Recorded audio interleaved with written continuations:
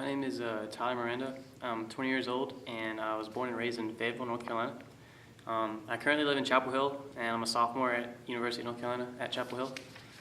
I'm majoring in exercise and sports science.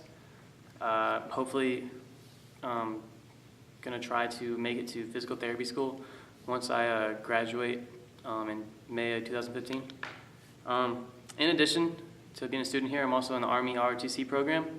I'm a scholarship cadet, so basically what that means is the Army is paying for my tuition for all 4 years, and as a result, I'm going to have to give back 8 years of service to the Army once I graduate.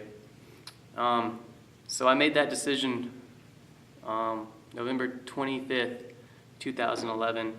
It's a date I'll never forget. It's literally the date I signed my life away. That's the day I signed the contract saying, or devoting 8 years of my life to the United States Army. But looking back on it now, it really wasn't that hard of a decision. I first experienced this poem by Robert Hayden in my intro to poetry class here at UNC. And I immediately, after I finished reading it, I immediately felt a strong connection to this poem, a lot stronger than any of the other poems that I read in the anthology. So my dad was born in a very poor city in Mexico, and it wasn't until around the age of 2 or 3 that he moved to the United States. To this day, my dad has yet to meet his actual birth father. However, he does have a stepfather that's been there his entire life, and that he calls dad, and that I call my grandfather. My dad enlisted in the Army immediately after graduating high school, and he would eventually go on to serve 20 years, a 20-year career in the United States Army. During this time, he won several awards to include Drill Sergeant of the Year, and he was also a top graduate of his class at the Sergeant Major's Academy. My dad taught me a lot of things as I was growing up, things like never taking the easy right over the hard left, and always giving 110% on everything you do in life, and also that anything that's worth having is not going to come easy. And I've lived my entire life by these lessons, and I honestly believe that they're the reason that I am where I am today.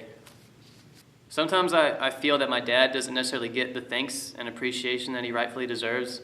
I mean, my father does so much for my family and I each and every day, and he never expects any thanks in return. He doesn't complain about it. He just simply does it, without thinking. He's definitely one of the hardest working people I know, and I think that's why I admire him so much.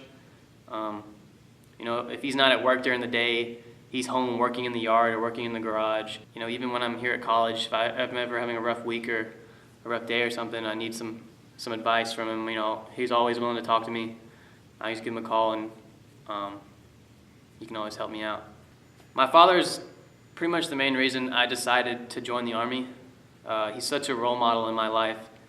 Since my first 2 years here as a cadet in the Army ROTC program, my father and I have gotten a lot closer.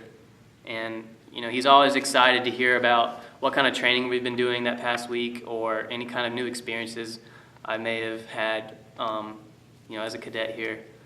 As I'm talking to him about it and telling him stories, it's always bringing back memories for him. And he'll share some of his fun times that he had in the Army and some of his more memorable experiences. This poem by Robert Hayden really encapsulates the kind of person that my father is.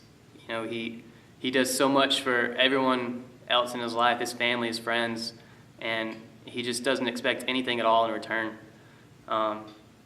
He didn't have the easiest life growing up, but he worked his butt off and persevered, not only to become an extremely decorated soldier in the U.S. Army, but also an amazing father. Those Sunday Mornings by Robert Hayden. Sundays too, my father got up early and put his clothes on in the blue-black cold. Then with cracked hands that ached from labor in the weekday weather, made banked fires blaze. No one ever thanked him. I'd wake and hear the cold splintering, breaking. When the rooms were warm, he'd call, and slowly I would rise and dress, fearing the chronic angers of that house, speaking indifferently to him, who had driven out the cold and polished my good shoes as well. What did I know? What did I know of love's austere and lonely offices?